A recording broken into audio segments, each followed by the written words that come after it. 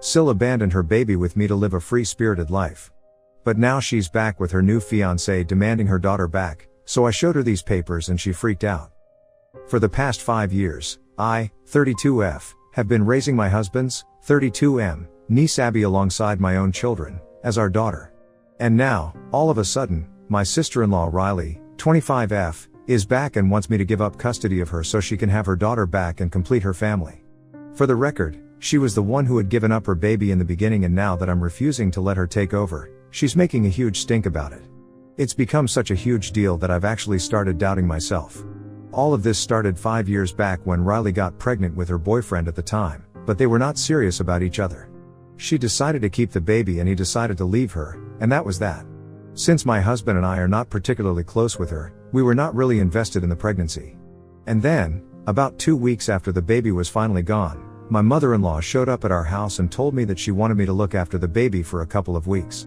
She said that Riley wanted to resume college since she was 20 at the time and had to drop a year because of pregnancy.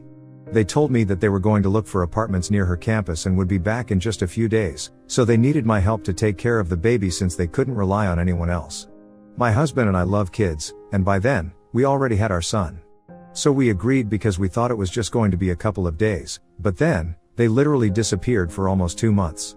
We tried calling them, texting them, and even contacting them through other people, but there was just no way that we could reach them. When my mother-in-law finally came back, she told me that Riley had decided to give up her baby and now, she expected me to raise her. Apparently, Riley had left the country and that's what they had spent the past 2 months making arrangements for, because she wanted to lead a free-spirited lifestyle, whatever that means, and being bogged down by a baby that's not her thing anymore, and she had realized it a little too late. My husband and I were obviously shocked and furious because, at the time, we hadn't been planning for a second baby. We already had a 2-year-old toddler to deal with, we couldn't handle a second child, and this was something really unethical. My mother-in-law said that she herself would have adopted her grandchild, but unfortunately, since she had lost her husband a couple of years ago, she didn't think it would be wise for her to do so because she was getting old and it would also be pretty expensive. Those were just excuses, though, and my husband decided to cut her out of our life back then. However, after giving it some thought, we decided to keep our niece with us and raise her as our own daughter. We obviously had no contact with Riley either, and since she had basically abandoned her daughter, we spoke to a lawyer about how we could go ahead and legally adopt Abby. It took more than a year and a lot of paperwork, but eventually, we were able to legally adopt Abby after having Riley's parental rights terminated on grounds of abandonment, and since then, she has been a part of our family. No questions asked. Then, my husband and I finally had another daughter 2 years back and our family was complete. We've been raising all 3 of our children together and we have had to be very careful with our finances, but it's been totally worth it. And yet, in spite of doing all this, Riley thinks she is entitled to ask for her baby back now. About 2 weeks ago, she showed up at our doorstep with her new fiancé, telling us that she was planning on getting married now, and since she did not plan on putting herself through a pregnancy one more time, she just wanted Abby back, as if Abby was a dress she had lent me and not an actual human child. I asked her to give me a minute, got the paperwork from the adoption, and then showed it to her before slamming the door shut in her face. After that, she kept screaming at me from outside the door, but I had already done what I had been waiting for years to do. And luckily, when this had happened, my husband had been out with the children, so they didn't even have to witness any of this. Anyway, after I slammed the door shut and she started screaming at me, I told her that I was going to call the cops if she didn't leave, and then she finally left. I thought that this would be the end of it because obviously, I had legally adopted Abby, so she really couldn't do anything about this now. But she's been playing the victim card and trying to make my husband and I to be the bad guys right now, and somehow, the family is actually falling for it. That day, when my husband finally came back home with the kids, I told him everything about what had happened, and we had mutually decided that we were not going to let this affect us. But the situation has changed now because literally every single person from his family is telling us that what we are doing is not right and that we don't have the right to keep a mother and her daughter apart just because we are attached to Abby. I don't know how to explain to them that I'm not attached to Abby just because she's a child and I've been raising her for 5 years. I feel the same way about her that I feel for the rest of my kids because I am her mother, regardless of the biological connection. And I can say the same for my husband too. So we have been doing our best to defend ourselves, but it doesn't help that even my mother-in-law, who had actually left Abby with us years ago and explained the situation to us, isn't on our side and actually believes that we should return Abby to her mother. But I guess that's just out of pettiness because, for the past 5 years, we haven't been in touch with her since we had cut her out of our lives for being sneaky about the whole thing, since it had been quite unethical. Her behavior, at least we can explain it because she's just being petty and vengeful, but the rest of my husband's family, I don't know how to explain that. The messages have been pouring in since last week after Riley made a post about the incident. In the post, she said that she had made a mistake 5 years ago by abandoning her daughter, but now that she wants to rectify that mistake, we are not allowing her to do so, and are keeping her away from her own daughter. The tone of the post had been pretty emotional, and I don't know how, but she managed to dupe people into believing that she was the victim here. And since then, my husband's family hasn't wasted a single day. They've been calling us all sorts of names, telling us that what we are doing is ruthless, and that we are destroying Abby's life. It's gotten to the extent where we are actually doubting ourselves, and I feel like I'm going crazy. I know that she cannot do anything legally, which is probably why she is coming after us like this. Anyway, what do you guys think about this? Ida for refusing to return my niece to my sister-in-law after raising her for 5 years? Edit, I'm pasting the post here for anyone who wanted to see what I was talking about. Hi, everyone. This is Riley, and I want to talk to you guys about something really important today. It's going to be about my daughter. I know a lot of you are probably not even aware that I have a daughter, and it's partly my own fault. I had left my daughter behind here when I moved away from life as I knew it 5 years back. I wanted to be free from all the expectations that everyone had for me. I wanted to start a new life for myself, and to some degree, I have been successful in doing so. I have found a wonderful man for myself. Jacob loves me like nobody else, and soon enough, he's going to be my husband. When I told him about my daughter, he was ready to accept her too, because that would complete our family. So I approached my sister-in-law, Michelle, who had been raising my daughter for the past 5 years. Unfortunately, she has taken this opportunity to claim my daughter as her own and is refusing to let me take my daughter back from her. I am helpless because she has transferred custody of my daughter to herself, and I don't think I'll be able to do anything about this legally. So I need all the help and support I can get from everyone here to bring my baby back home. I know that it was my mistake that I trusted her in the first place, but honest to God, I had never expected something like this to happen. I had thought that she was just going to take care of my baby in my absence, and whenever I was ready, I would get to be a mother to my child again. But that chance has been taken away from me, and I can't even begin to explain how much it hurts. Please support me here. You guys have no idea how much it'll mean to me. Thank you so much. Please get my baby back home. Update 1. Hi, thank you so much to everybody who responded to my post. I have been driving myself crazy by overthinking what's going on, but after reading through the comments, I realized that I was actually being crazy by entertaining these people. There is obviously something very wrong with my husband's family, and it was stupid of us to care about what they were saying. Whatever they say, it doesn't matter because they don't have a legal leg to stand on. The facts remain that my sister-in-law had abandoned her baby, which is why we ended up adopting Abby. If she had been involved in her life, I don't even think the courts would have allowed this to happen. She's been extremely manipulative and clever with her words, which is why so many of my family members have come out in her support. But no matter how much she tries to distort and twist the truth in her favor, we know the facts. We had been blocking people initially, but after that, it got too overwhelming, and we started doubting ourselves, so we stopped for a while. However, we are back to blocking people now. And just to be on the safe side, we have also spoken to our lawyer, and in case she tries to create more drama, we're going to be slapping her with a defamation lawsuit. Right now, we are letting it go because it honestly doesn't matter what a bunch of losers from my husband's family think about us. However, if she tries to go public with this, we're gonna have to take serious legal action against her. It's actually pretty insane that any of this is happening and people are actually on her side right now, but well, weirder things have happened as well. Update 2. So it's been a week since my last update, and 2 days back, for some reason, Riley decided to show up at our house again. I don't know why she came by this time. My husband and my kids were at home, so I did not even open the door. As soon as I saw that it was her standing outside, I asked her to leave, and I literally had my phone in my hand to call the cops if she refused.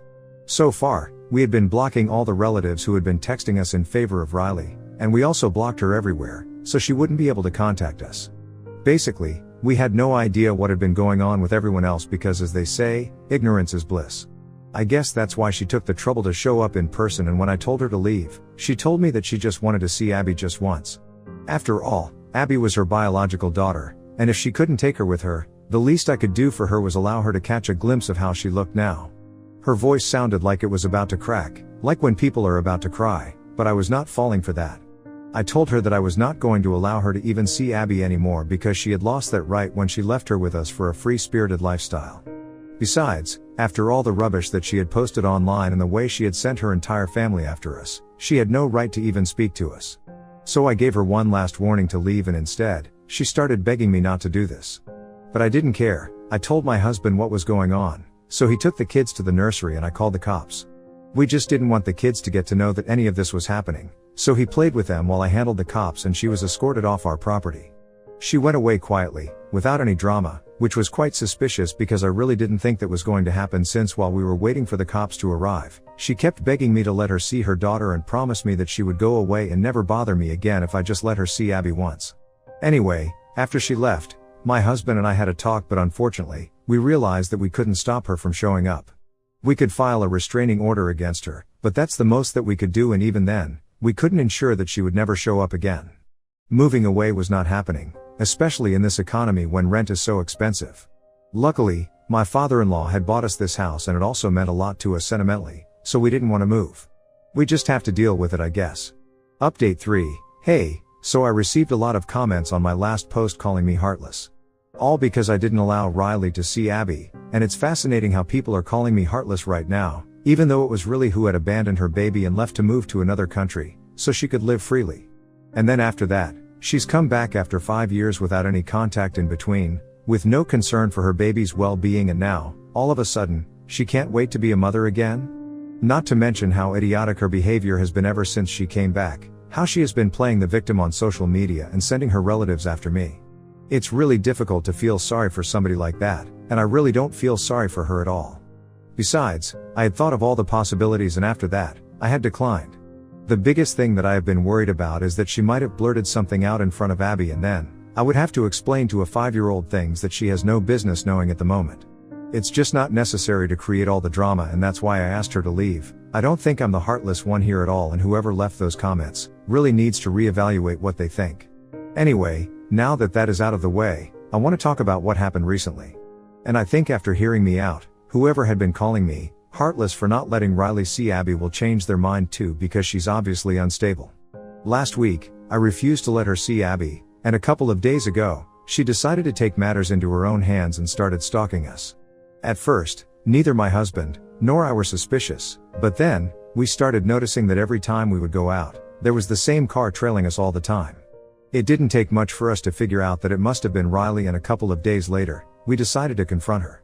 We pulled over while she was driving behind, went to her car, and demanded that she come out, and when she did, I read her the riot act in the middle of the street. I didn't even care about who was watching us. I just wanted her to know that what she was doing was messed up and that I was going to file a restraining order against her because she was unstable and obviously did not deserve to be around Abby. She was quiet for the first couple of minutes, but when I told her that she did not deserve to be around Abby, she started yelling back at me and told me that she was going to make sure that she took custody of her daughter away from me. She was really getting on my nerves, so I called her psychotic and told her to get off our backs. And then, she slapped me, and it happened so suddenly that I didn't even see it coming. After she slapped me, she immediately started apologizing to me with tears in her eyes, but I was done. Physical violence was where I drew the line, and add to that the stalking, the constant harassment, and everything else. I knew that I had to speak to a lawyer. My husband and I were obviously pretty shocked, and we were headed to the grocery store at the time, but we didn't end up going. We headed back home, and even when we were getting back into our car, she followed us to the car and was begging for forgiveness all that while. Eventually, my husband had to tell her that if she tried to follow us back home, he would make sure that she faced some terrible consequences. So she didn't follow us back, and when we got home, I immediately called my lawyer up and explained everything to him. Once that was done, he reassured us that he would be preparing the paperwork to file a restraining order against her. Just be on the safe side, he also told us to report Riley and press charges against her. So a couple of minutes later, after speaking to our lawyer, we called the cops and explained everything to them, and since it was just a slap, my husband and I had thought that she would be let off with a warning. But then, when we told them about the stalking and everything, they decided to press charges against her. So that's definitely going to come in handy when we are trying to get that restraining order. We haven't heard from Riley ever since, and we are hoping to keep it that way because after everything that has happened, I really just don't even think that we have anything to talk about. We never did in the first place, but until now, we had been trying to keep things civil. She hadn't been doing that, but we just didn't want drama in our lives, and we figured that if we kept ignoring her, she would take the hint and leave us alone, but clearly that's not what has happened. That's on us. We should have nipped this in the bud instead of trying to play nice at all. Our children are our first priority, and we are just hoping that this doesn't affect them in any way. Until now, it really hasn't. Apart from them just constantly asking us if we are fine, because I guess we've been a little quieter than usual. However, we are trying to fix that and not let them know what we're going through, because keeping them happy is our main goal right now. Everything's been incredibly stressful for both my husband and I, but I really do hope that things get better soon, and yes, please just keep praying for the best for us now. Update 4. Hi, it's been a month since my last update, and a couple of days back, we finally managed to get the restraining order through. It's been a huge relief because we've been pretty stressed out about this whole thing. She also got several hours of community service for stalking and slapping me. We haven't exactly heard from her, but I know that my mother-in-law is very upset about this. Yet again, instead of being upset at the right person, she's upset with us. She thinks that it's our fault that I ended up getting slapped that day. And she has even reached out to my parents to communicate that to them. She thinks that I'm heartless, and if I had just let Riley see her daughter one time, none of this would have happened. She called my parents a couple of weeks ago, and she told them that I'm the one who pushed her daughter into doing something like this, and right now, things are going pretty badly for Riley. I don't know how any of this is my fault, and even if it technically was my fault, wouldn't my husband be at fault too? He didn't say anything about him, and I really can't think of any reason to involve my parents in this. I honestly don't understand why that woman has it for me, or rather, why my husband's family seems to hate me so much. I have never been anything but nice to them, but I guess that's just not enough for some people. Thankfully, she had only spoken to my parents on the phone and hadn't bothered them in person, so they had the liberty to hang up whenever they felt like they had had enough. So they only had to hear her out for a couple of minutes before disconnecting the phone call, and even after that, she sent them a bunch of messages, calling them rude and mannerless and saying that she finally understood where I got it from. I think it's really crazy that she's going to such lengths just to humiliate me, knowing that I've not done anything wrong. I'm sure that she's not that delusional in reality, because when I used to be on speaking terms with her in the past, she seemed like a pretty reasonable person. Anyway, if this is what she's choosing to do, that's her call. All is going to do is make sure that her son never speaks to her and she doesn't have any access to her grandkids. But I hardly think that's going to affect her, because she's already spent 5 years without them. I think she can go 5 more. Eventually, though, she is going to realize that she's not getting anything out of Riley, and she's going to come crawling back to us, and then we'll talk. Anyway, my parents didn't seem to care, and they just wanted to inform me that this was happening behind my back. I felt a little insulted, and I felt like I had to apologize to my parents, but they just dismissed it because obviously they understood that this was not my fault. So that was all done and dusted, and now we just hope that this doesn't put ideas into my mother-in-law's or Riley's head and they don't go talking to other people. So far, they have only stuck to trying to emotionally manipulate my husband's family, but if they take this public and start talking to our friends or coworkers, that would be pretty humiliating for us. We can't exactly do anything to prevent it from happening, but we are just hoping that it doesn't. But at least we got the restraining order, so that's been a huge relief. Now, if she tries to show up, we're just gonna get her arrested, and that'll put an end to all of this. Since that's done, my husband and I are going to try and focus more of our time on our kids. I guess we've been spending a little less time with them ever since Riley came back into our lives, and so, we have decided that we are going to take a vacation. We've already started planning for it and spoken about it at work as well. We're pretty excited because I think we deserve this break after all that we have been through as a family.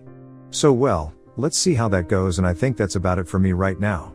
Update 5. So it's been a couple of months since my last update, and after I came back home from vacation with my kids, we felt a lot lighter, so I hadn't exactly been active here. Anyway, last evening, I received a message from a number I did not recognize, but after reading through it, I realized that it was Riley's fiance who had shown up with her the first day that everything started. I was truly very confused as to why he was texting me, but then, I read his message and well, long story short, he dumped Riley and he just wanted to text and apologize to us. It was actually Riley who had shared my contact info with him at first because she wanted him to text me when I had blocked her, but he thought that it would be taking it too far, so he never did. Up until recently, he had been sympathizing with Riley because he thought that I was wrong, but there had always been a little doubt about it in his mind. And I don't know what changed all of a sudden, because he didn't mention anything in his message, but he said that recently, he had had the realization that Riley was the one who was wrong here, and he didn't want to be a part of something so messed up anymore. So he had to dump her, and he was moving back to his hometown in a couple of days, but before that, he just wanted to apologize to me for all the inconvenience that Riley had caused me. It was actually pretty sweet of him because I didn't think that he had been part of any of this, as far as I knew, but he was literally just apologizing for not standing up for me and doing the right thing. I showed it to my husband and he was pretty surprised about it as well, but then, we just told him that it was fine and wished him all the best, and that was it. Then, this morning, we heard from a couple of friends that Riley had been crying about this on social media. Apparently, she had posted a video, saying that she had been dumped by her fiance who had been with her for the past 3 years and it was all my fault. Again, I don't understand how any of this is my fault, but I guess this is just how she and her mother roll. Whatever goes wrong in their lives, just blame me for it. Whatever, that video was obviously posted so people would sympathize with her and give her attention, and they did end up doing so because our friend told us that the comment section was full of people hating on me and telling Riley that she deserved better. They were painting her to be some tragic figure who had been through so much, but well, I guess we also know the truth about her. Anyway, it doesn't matter because she's getting all her karma right now.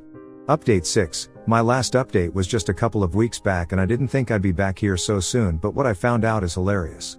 Our friends told us that right now, Riley and my mother-in-law are having a very public fight on social media. Apparently, after Riley was dumped, she chose to blame her mother too in one of her videos.